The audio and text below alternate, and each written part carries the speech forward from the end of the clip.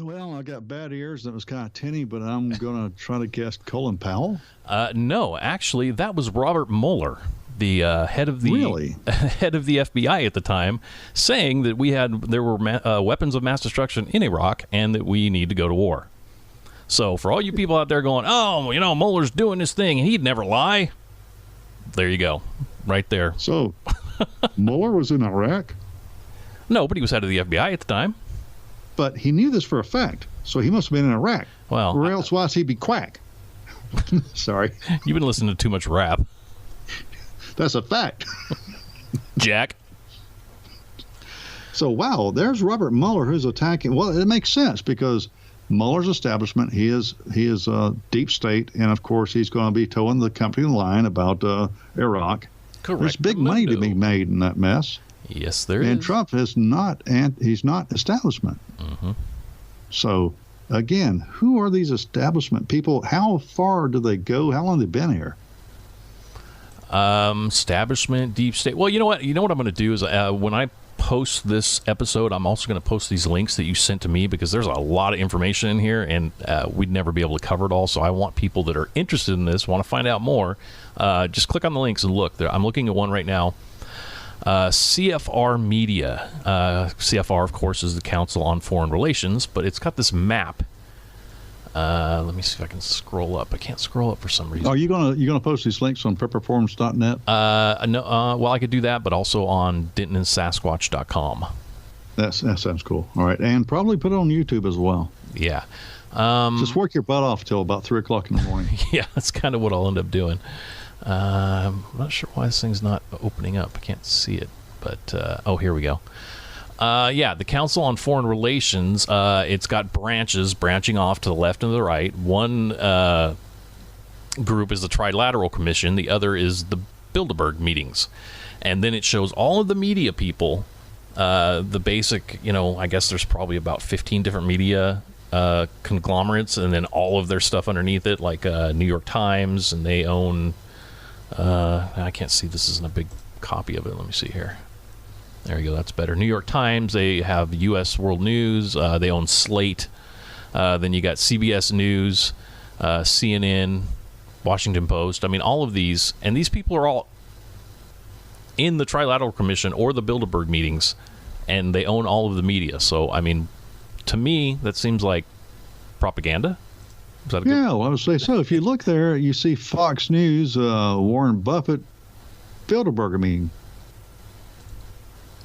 Okay, he's also a member of the Council on Foreign Relations. Okay, look, I point out Fox News because everybody thinks that Fox News channel is the real fair and balanced, the real truth. No, it's not.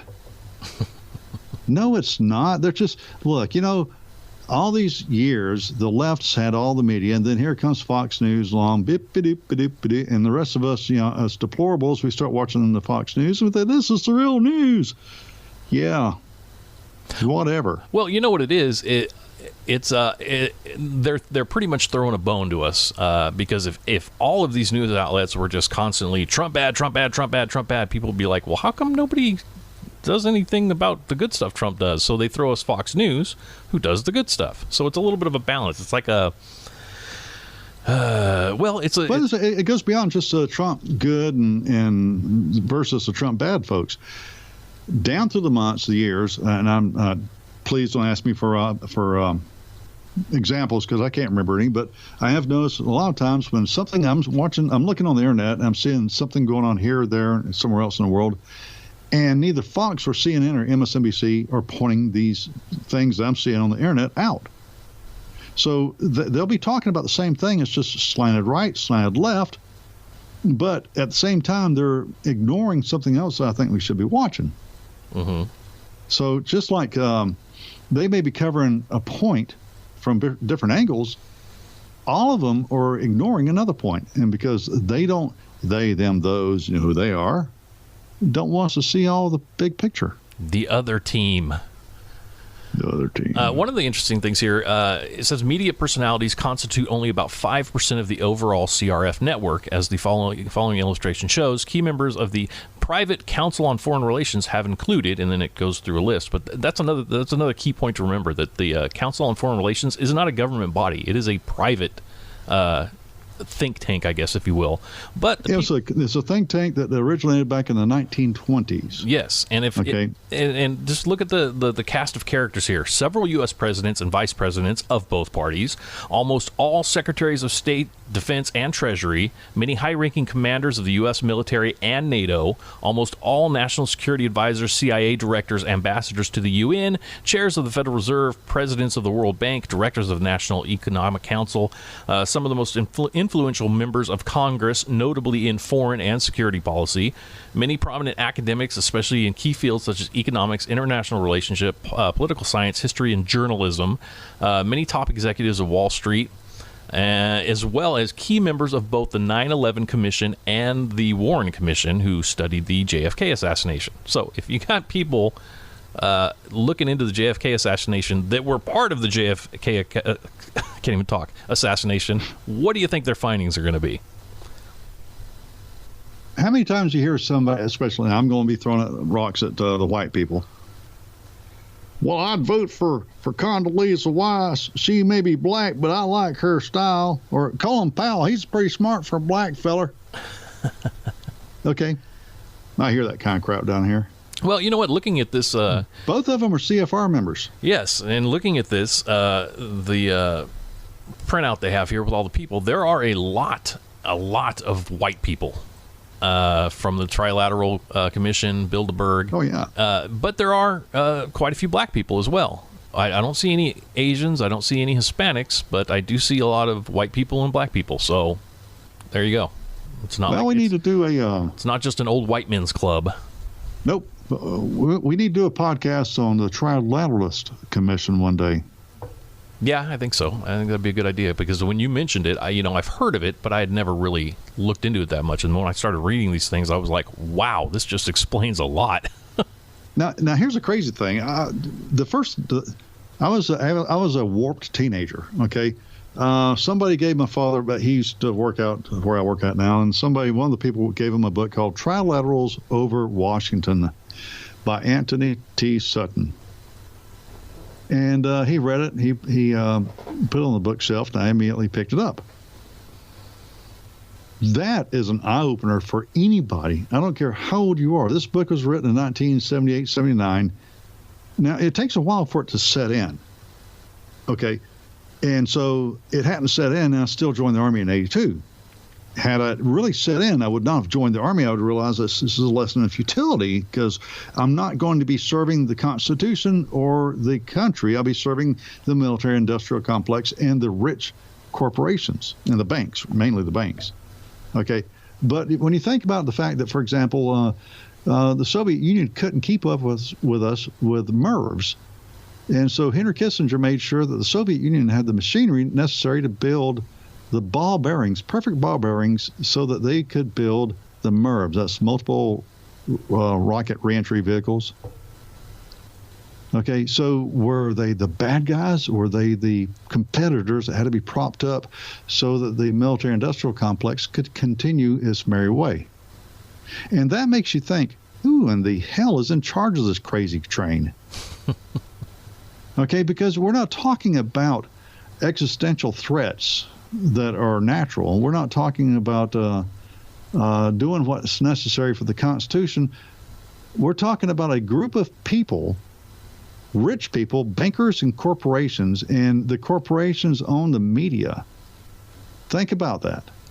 It'd be one thing if it were corporations that were doing nefarious things along with politicians for their own personal gain, and the media was there that if they had a chance and a head start, they would let us know.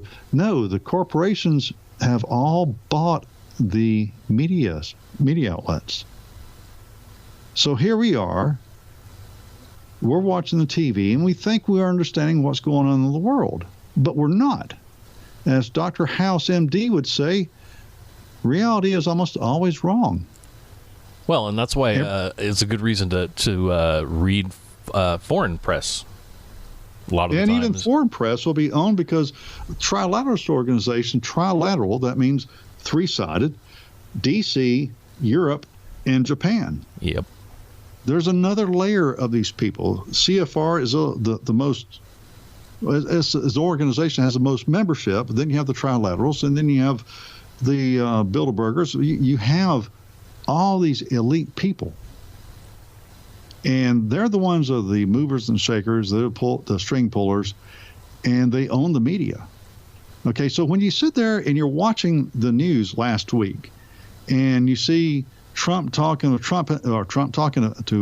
Putin, and everybody says, they always say Putin's a bad guy. He's a bad guy for this, and he's a bad guy for that. And all. I don't know Putin.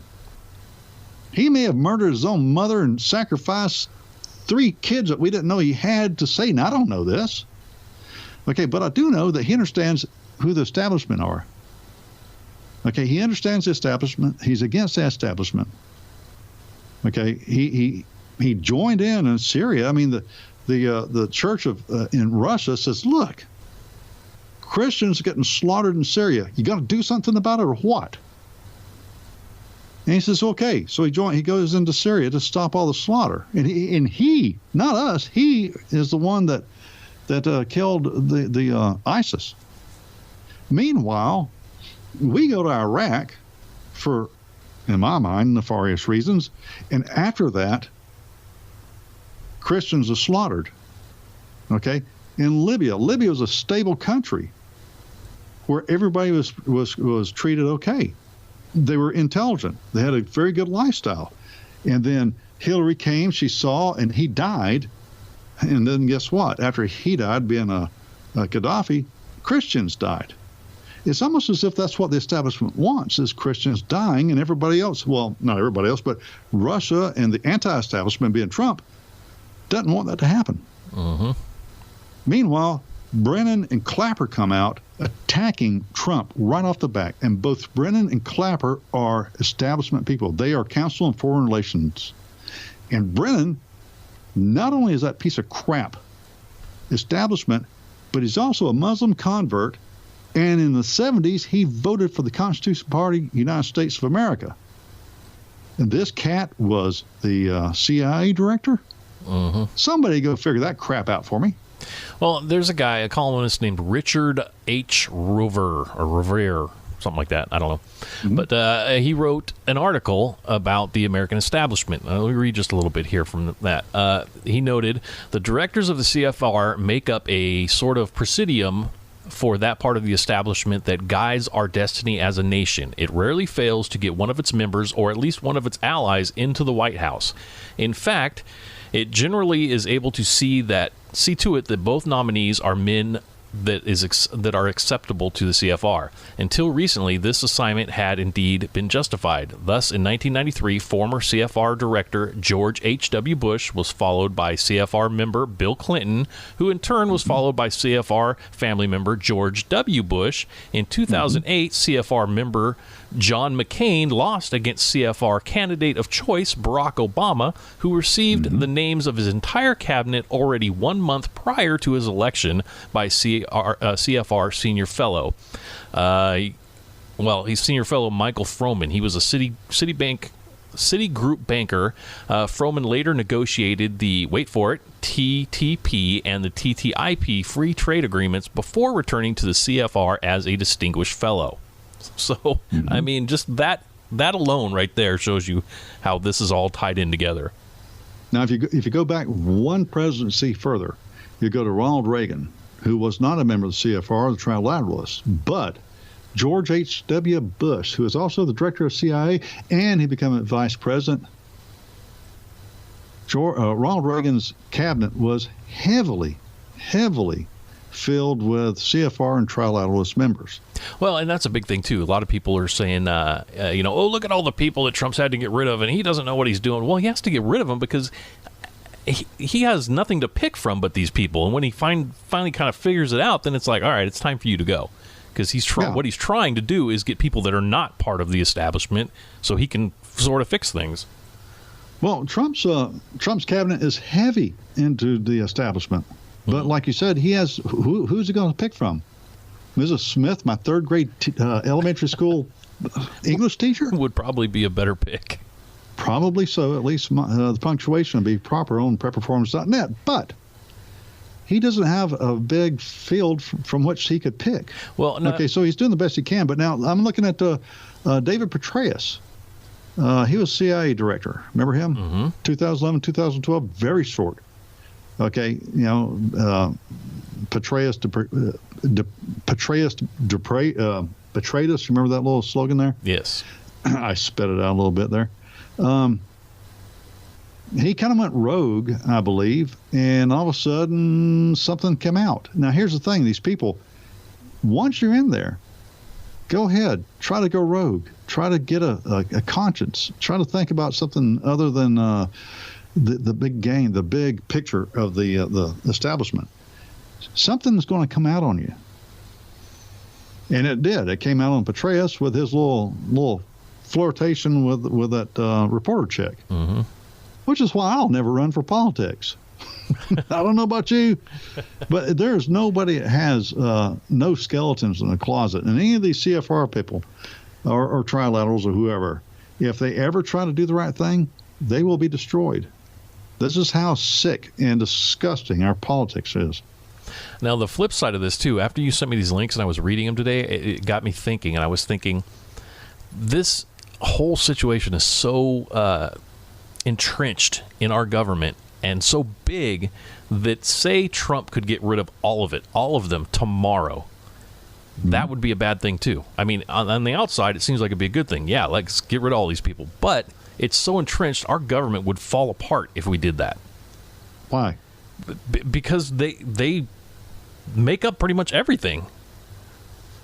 I mean, it's one of those things. I don't think you can cut the entire cancer out. I think you have to slowly whittle away at it. Because I think if you cut the entire cancer out, you kill the host. Okay, well, I'm looking at CFR Media Files, WordPress here. This is for all the members here of different things. Let's look at the CIA director. Mm-hmm. Okay, this is a creation of the Council on Foreign Relations back in the 40s. Okay, it was a predecessor of the OSS. This is where I said David Petraeus. I love that name, Petraeus. Michael Hayden, George Tenet, John Deutsch, James Woosley, Robert Gates. I love that bastard. William Webster, Bill Casey, Stanfield Turner, George H.W. Bush from 76, 77. Bill Kobe, some of y'all remember him. He goes on down to, I can barely remember these guys, James Schlesinger, Richard Helms, John McCone. That's it. Don't remember anybody. Alan Dulles. We all know Dulles Airport. Okay. By the way, think about Dulles Airport. If you know any names of any airports, chances are they're CFR members other than Ronald Reagan. Okay. Now, do we need the CIA director if we're doing what the founding fathers wanted us to do? We wouldn't need all these agencies. We wouldn't. If we're worried about individuals' rights, and that's what the Constitution expects of the federal government, is to protect us from existential threats. And you don't have to have CIA, you don't have to have spies all over the place for that. You just got to have a strong Navy, okay, and individual rights. Those are two things that were pretty much in open commerce to other countries, okay? They're supposed to be the wheelers and dealers for the rest of the country, okay, when it comes to international commerce. That's it. Other than that, you don't need a CIA. Really. FBI. Why do you need an FBI? That was not rhetorical. I'm asking you. In case you need anything investigated, I guess. well, each state can investigate their own crimes. Very true. Okay, all these things. There's no reason for a lot of these agencies we've got. We would save so much money. It wouldn't be funny. And we certainly would have a bunch of people who are in these agencies who are interested in a group, a little collective, a hive collective for their own individual well-being. And their well-being consists of making money and growing power for their own collective. That's it. Well, now, look here, folks. What? It's a giant bureaucracy is what it is, and that's pretty much what the Founding Fathers were against, is a giant bureaucracy, but we've got it now. We have it. It's a bureaucracy that's not simply for the people. No, I mean, not at all. If it was just for the people, then we'd say, okay, this is a crazy bureaucracy. We could get rid of it. But these people are extremely influential, extremely powerful, and they're international. Okay, and what they're about. Oh, by the way, John Bolton, National Security Advisor. What? Yeah. Crying out loud. He brought him in last minute. Okay, this guy is CFR with a big C, big F, and big freaking R. And I'm not talking about retard. Okay? But he's got a cool mustache. Yeah, he's got a mustache. He can walk on its own. However, it's all about influence across the globe for the good of the corporations and the banks. Okay, so every time you turn on your TV set and you watch the news, understand that you're being told what to think on somebody else's behalf. Whenever you watch these stupid TV shows, understand it's so that your brain will rot. So you become an idiot, a retard. Thank you, Chloe. I appreciate you validating my word. So that you're more easily led.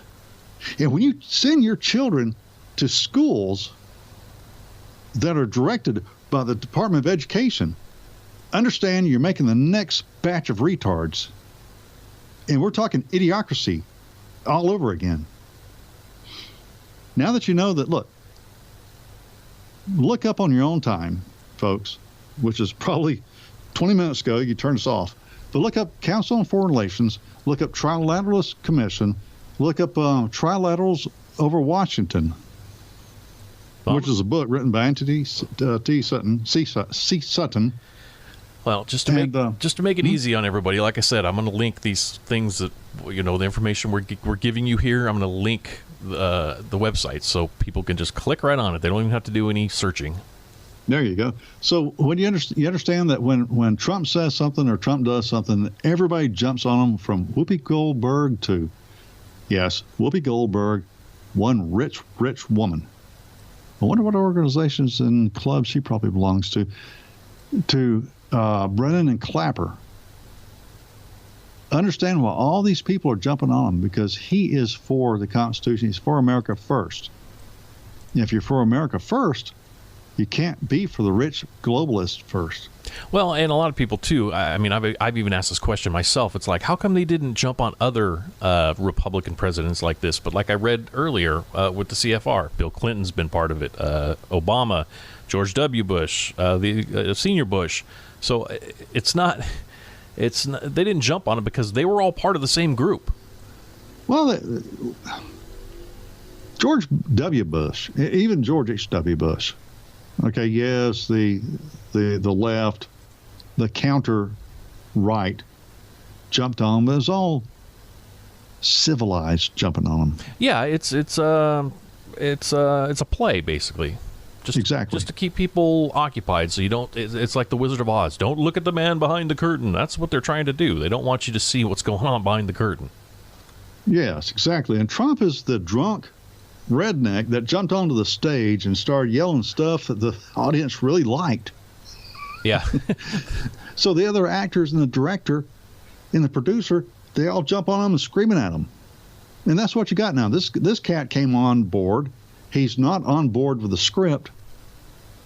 And so everybody else is jumping on him. And if anybody's jumping on him, well, other than rank and file morons, okay, Antifa, they're Soros-owned. BLM, they're Soros-owned. These people are screaming at us. They don't matter. But the ones you see on TV, the movie stars, the politicians, the rich people, those people are bought and paid for. Mm-hmm. Okay, so just realize that anybody who's yelling at Trump, that I can tell, and trust me, I was not a Trumpeteer. Okay, but after he got elected and he's making all the things happen, he's saying he's actually doing what he said he was going to do. Kind of impressed. And all the ones that are against him now, you go and look. You look at the list. You can look at, just type in CFR members 2018. You have a big, long list of people who are, you can do the same thing with trilateralists.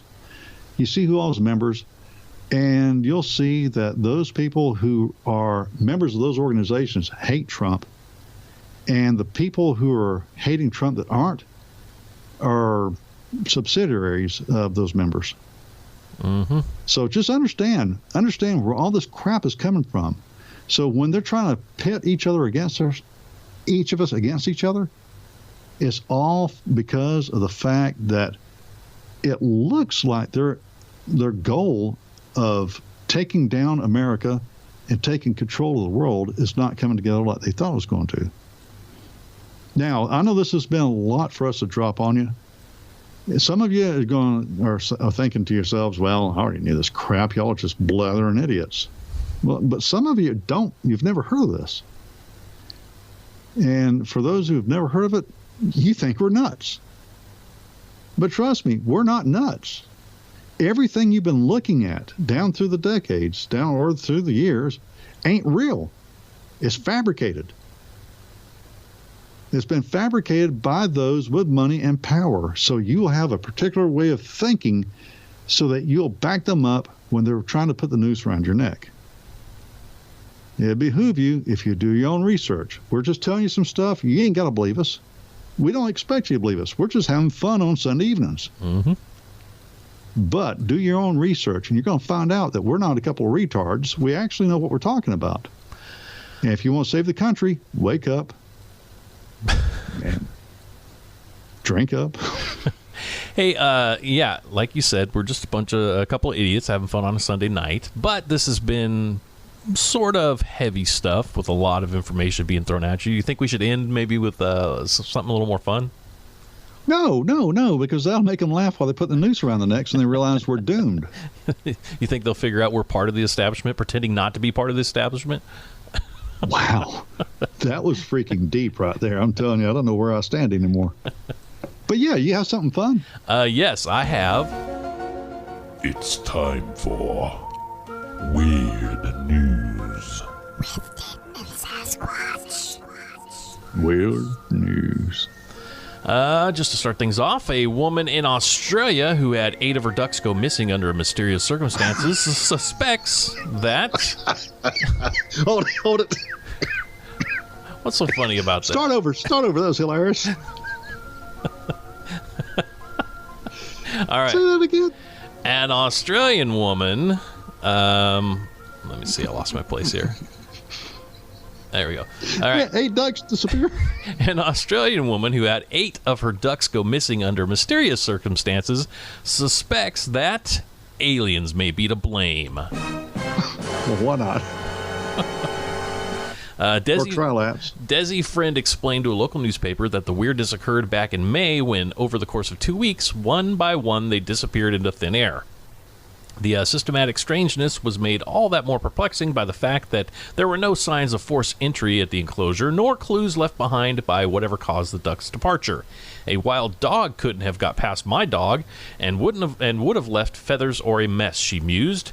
And a snake couldn't have eaten 8 ducks in 3 weeks. Friend also. No, never mind.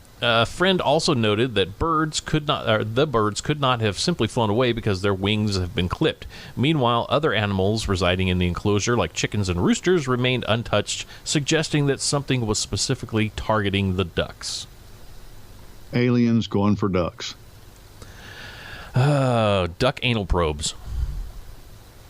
You know, there's a yin and a yang in the world, as the Asians would say. Yes. Well, a couple of weeks ago, I went dry. Yeah. On the other side of the world, that woman has bought out a liquor store. Yeah, either that or she's smoking something. Well, I can't take that off her shoulders, not for another 25 years. All right, moving on to the good old United States here. A Utah homeowner believes he found a way to comply with a city code that requires his lawn to be green. Michael Goldman said that the code enforcement officers from Ogden City have been cracking down on residents who fail to maintain their yards, citing a lot of people for not keeping it green, not keeping it mowed. He explained that there was almost nothing he could do to make his lawn green within the 10 days, so he had to think outside the box. Goldman decided that instead of spending thousands of dollars on sod, which he could not afford, he would buy green spray paint, the same type they use on football fields and golf courses, to color the artificial turf. Goldman isn't sure if painting his lawn will appease the town officials, but it only cost him $70. He said that if they have any issues, he will do his best to comply. So he's painting his yard green. Well, you ever seen a golf course? It's beautiful, isn't it? Yes, it is. Many golf courses around me. Well, if he hadn't opened his mouth, nobody would have known or cared. Yep. Spray paint at night and shut up in the day. And it just wouldn't be weird news without going to the Bay Area of California. Oh. Turds. There's a lot of stuff going on there. I mean, they got suitcases filled with human feces on the street, people calling police on little girls selling water bottles, and other kind of shenanigans all over the same area. Well, this time around, the shenanigans took place in San Jose on the Highway 101 Wednesday morning. At around 9:30 a.m., California Highway Patrol received numerous calls about a man bicycling on the freeway between Story Road and Alum Rock Avenue. That's not the weird thing, though. He was bicycling in traffic on the northbound lanes of the 101 totally naked. Well, that's not strange there. What, do you ride your bike naked? Is that what you're telling me? I don't, but I've been there before. Okay. That's not really, that's not the weirdest thing I've ever seen in California and anywhere on 101. Now, this right here explains the liberal mindset pretty much. You get immune to all this crap. The what? You get immune to all that crap. Yes, you do. But no, somebody posted this on Instagram, and one of the Instagram users commented on it saying, doesn't this guy know it's against the law to ride a bike in California without a helmet? So they're more worried that he's not wearing a helmet than the fact that he's naked riding down the freeway in the middle of rush hour. That's what I'm talking about. It makes total sense to me. So, did he have a beer in one hand? He did not, but he had what they say a nicely groomed goatee in one hand. Yeah. CHP 3 units were dispatched, but they never located the man. So there you go. There's still some naked dude running around San Jose on his bike. Oh my gosh. You know what? People make fun of me because I'm in Alabama. All you people can bite my butt, okay? At least you have to bite through blue jeans to get to my butt. Crying out freaking loud. I mean, I'm serious. You people over there are crazy. Well, yeah, we are crazy. So what does that mean? We're doomed. So there's only one thing we can do, and what is that? Either drink up or ride a bike naked. I'm going to drink. Good night, everybody, and we'll see you Wednesday or next Sunday. You know, that reminds me, I got to fix my bike. I want to ride my bicycle. I want to ride it now. Oh, boy. All right. Good one. I want to ride my bicycle. I'm just going to let you keep singing. Haven't stopped yet. Maybe that should be the outro. I don't want a pickle. Just want to ride my motorcycle. And I don't want a tickle. I'd rather ride my motorcycle. And I don't want to die. I just want to ride my motorcycle. You know, I've been singing this song for about 8 or 9 years. That's amazing that somebody could get away with singing a song like this for about 8 years, you know?